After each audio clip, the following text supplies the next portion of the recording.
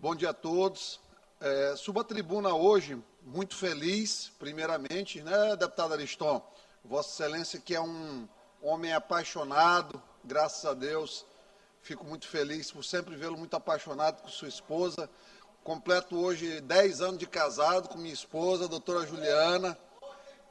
Já começou na madrugada as comemorações, meu amigo. Por isso que eu cheguei um pouquinho atrasado hoje, então estou até mais magro. Graças a Deus, que continue por muitos anos, deputado Júlio, as coisas funcionando bem. Eu não quero ficar ali que nem Álvaro Luiz está magrinho demais, mas emagrecer um pouquinho faz bem. É o quê? Que os anjos amém, né, deputado?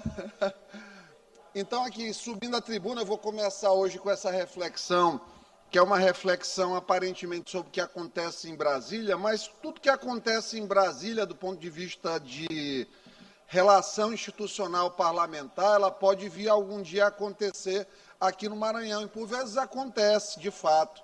Quando o pessoal do PCdoB, do PSB, eles tentam colocar como um paralelo existente entre o que aconteceu com o Glauber Braga e a Carla Zambelli, eu fico preocupado, porque é aquela coisa que a gente está, às vezes, batendo na tecla de tentar comparar maçã com melancia. São frutas completamente diferentes. E, claro, a questão da verdade, que precisa sempre ser estabelecida. Foi dito aqui pelo deputado Carlos Lula, e eu não concordo com o que foi dito por ele, que a deputada Carla Zambelli tentou matar alguém. Não, a deputada Carla Zambelli, no final de campanha, de uma campanha muito virulenta, onde a direita e o presidente Bolsonaro foram alvo de opressão total do TSE, à época comandado pelo tirano Alexandre de Moraes, o que aconteceu? Ela já não aguentava mais ser xingada por militantes de esquerda na rua. Foi xingada por um militante e, sim, ela, legitimamente armada naquela época, com porte vigente, ela, na condição de mulher, sendo chamada de puta, numa avenida em São Paulo, ela se sentiu ofendida e exagerou na reação, de maneira talvez desproporcional, porque ter insistido em manter a arma em punho, mas utilizou de um expediente legítimo, principalmente diante dos dados que nós temos. O governo Lula aumentou em 42% os feminicídios. A violência contra a mulher e a criança cada vez mais evidente. Inclusive, ao final, vou falar sobre um caso de violência que aconteceu em São José de Ribamar, que é uma coisa verdadeiramente absurda. Eu vou até poupar as pessoas hoje das imagens, mas vou colocá-las mais tarde, depois de fazer a edição, para preservar o rosto da criança, obviamente, e falar sobre o que aconteceu. E o outro processo que a Carla Zambelli tem é um processo onde, mais uma vez, Alexandre de Moraes, vítima, acusador, julgador, passando por cima de várias prerrogativas, processo atropelado e, obviamente, mais uma condenação de ordem política. Então, os partidos de direita se uniram ao centro, da mesma forma que os partidos de esquerda tiveram pessoas do centro que, ameaçados pelo pessoal do Ministério das Relações Institucionais, de não terem emendas em comissão no ano que vem, no ano da eleição, eles terminaram votando aí para suspender o Glauber Braga. E que, de fato, talvez, caçar por conta da agressão não fosse a primeira medida, uma suspensão, ter um caráter educativo, não deixa de ser uma punição significativa, deixar um parlamentar 6 meses longe do ambiente político da Câmara dos Deputados. Então, assim, eu não fico contemplado quando eu escuto que Carla Zambelli foi pior do que Glauber Braga. Essa história que a mãe de Glauber Braga foi xingada, né? Isso é uma grande invenção. A mãe de Glauber Braga, já falecida, com todo respeito, graças a Deus, ela foi prefeita em Nova Iguaçu e respondeu a ações de improbidade, foi condenada, depois houve uma revisão de sentença, mas ela teve condenações e suspeitas de corrupção. Então, no máximo, a atuação, enquanto política, foi questionada. Glauber Braga, um nepo baby, como eles gostam tanto de criticar, mas é sempre assim, a esquerda é muito seletiva sempre em suas críticas. Em relação ao que foi tratado aqui pelo deputado Rodrigo Lago, ele trouxe essa questão das motos. Vou dar uma paradinha ali só porque os decibéis estão altos. Obrigado, meus colegas queridos. Obrigado. Então, em relação ao que o deputado Rodrigo Lago falou aqui sobre as motos de 165 cilindradas, nós falamos, a gente tem conversado com o governador Brandão em relação a isso. Não pelos motivos de direcionamento, de marca, até porque a gente sabe aqui que temos colegas que têm uma vida empresarial que precede a política e que nada tem a ver com a política e que isso não atrapalha em nada as relações políticas. Não foi colocado nada em relação a esse sentido de direcionar a marca. A grande questão que nós estamos tentando fazer é o governo abrir mão, é porque a renúncia é uma renúncia de 50 milhões de reais, quando se estende as motos até 165 cilindradas. E é apenas essa questão. É uma medida que eu considero importante, eu tenho defendido esse ponto junto ao governador. Estamos trabalhando já há vários dias no convencimento dele em relação a essa questão das motos 165. Vai beneficiar 220 mil proprietários de veículos no estado do Maranhão e vai fazer com que a gente não perca vendas do líder do segmento, que é a Honda, ainda que tem 70% do segmento de motos no estado do Maranhão, para o estado do Piauí, que hoje termina proporcionalmente, em termos percentuais, vendendo mais motos que o Maranhão, por conta dessa isenção.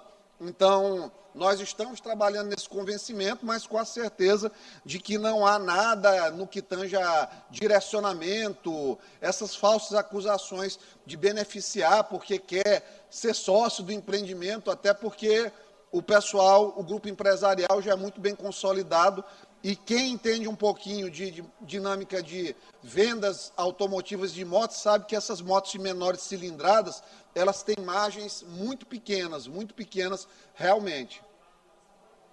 Então, dito isso, nós passamos adiante. Olha, agora eu vou falar sobre essa questão que me trouxeram ontem, deputado Wellington, de São José de Ribamar, na região das Vilas, na Vila Flamengo. Uma criança com autismo, 5 anos de idade, no final de semana foi vítima de uma agressão pelo pai, que não é a primeira vez, segundo relatos dos familiares que procuraram o Conselho Tutelar. Qual que é o grande problema? Hoje nós vivemos tempos em que a justiça ela não consegue chegar a tempo nesse tipo de caso. A criança realmente é violentada num nível que não é uma correção de um pai em cima de uma criança. E a gente sabe que a criança que é atípica, ela tem peculiaridades que bater nela está longe de solucionar qualquer coisa. Cada vez mais o autismo, o TDAH, são condições que a sociedade começa ainda a abrir os olhos, mas a criança, em geral, a depender do nível de autismo, você tem mais dificuldades ainda para fazer uma comunicação, estabelecer uma comunicação adequada. E certamente, até nos animais que são irracionais, o condicionamento por qualquer tipo de agressão não é o melhor caminho. Nós vivemos uma sociedade que tem pena do golfinho, que tem pena do cachorro, que tem pena do gato, às vezes, mas que não olha como deveria para o direito do ser humano ser cuidado e bem cuidado. O que fizeram com essa criança, agrediram a criança com cordas, foi chicoteado com corda, chegou a ficar em carne viva, falando num português coloquial para que as pessoas entendam. Toda a camada de pele superficial, epiderme em alguns pontos, foi arrancada, dado o nível da agressão. Então, um pai como esse, infelizmente, ele não está preparado para exercer o pátrio poder. Por quê? Porque não tem, primeiro, condições emocionais. Ele está ali transferindo para o filho dele os problemas, as frustrações, a herança do passado dele, e tem um momento que nós precisamos dar um basta. A minha geração apanhou muito dos pais. Quando eu olhei aquela criança em uma proporção um pouco menor, eu me vi de certa forma. Então, aquilo não foi positivo na minha vida. E eu tenho certeza que na vida de muitos também. Corrigir, às vezes uma palmada, ninguém vai criticar um pai por dar uma palmada num filho. Mas quando um pai espanca uma criança de 5 anos com autismo, portanto, com estabelecimento de vínculo mais difícil e complexo por conta da própria condição que a criança tem, é uma verdadeira excrescência perante a própria dignidade humana, o espírito humano. E, além disso, se o pai faz isso com a criança, a possibilidade da mãe estar submetida ao mesmo contexto de violência também é muito grande. Então, eles moram na Vila Flamengo, o Conselho Tutelar das Vilas foi acionado, se aguarda a ação do Ministério Público, mas é tudo muito lento. Uma criança que sofre uma agressão dessa, em que há relatos que o pai diz que não vai parar de fazer, é uma condição que demanda urgência.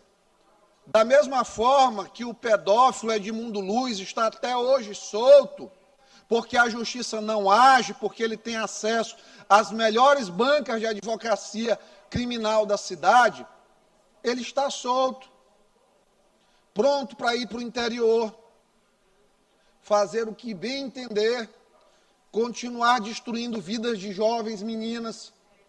E a justiça segue em morosidade. Em relação a essa rede de proteção à criança e à mulher, se precisa criar um núcleo central que integre, de fato, com agilidade. Não dá hoje, vai, denuncia aqui na delegacia, a delegacia manda para o Ministério Público, espera o parecer do Ministério Público, com o prazo do Ministério Público para levar para os autos ficarem conclusos, para o magistrado, para eventualmente o magistrado dar tempo à parte que foi acusada para que ela se manifeste no processo. O que se chama de medidas protetivas de urgência, elas precisam evoluir para medidas protetivas de emergência. Não há dias para tirar essas pessoas do convívio de mães ameaçadas, de filhos agredidos. Às vezes há segundos, minutos, no máximo horas, mas as pessoas seguem, de certa forma, o judiciário vai alegar pressões, vai alegar excesso de demanda, mas o fato é que a estrutura de direito, de amparo e proteção a todas essas pessoas, ela precisa ser preservada.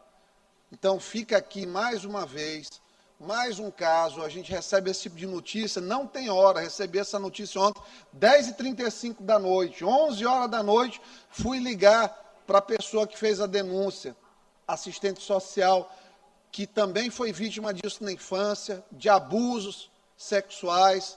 Então, isso cada vez mais frequente, cada vez mais descarado, e quanto mais a gente traz os casos e a justiça não consegue atendê-los no que tange as respostas adequadas, de prender para que eles parem de fazer, de cometer os delitos em série, que são pessoas que costumam cometer delitos em série, de afastar essas pessoas, de dar garantias financeiras às pessoas agredidas, para que não sofram nenhum problema em relação à constrição patrimonial e à impossibilidade de pagar suas contas.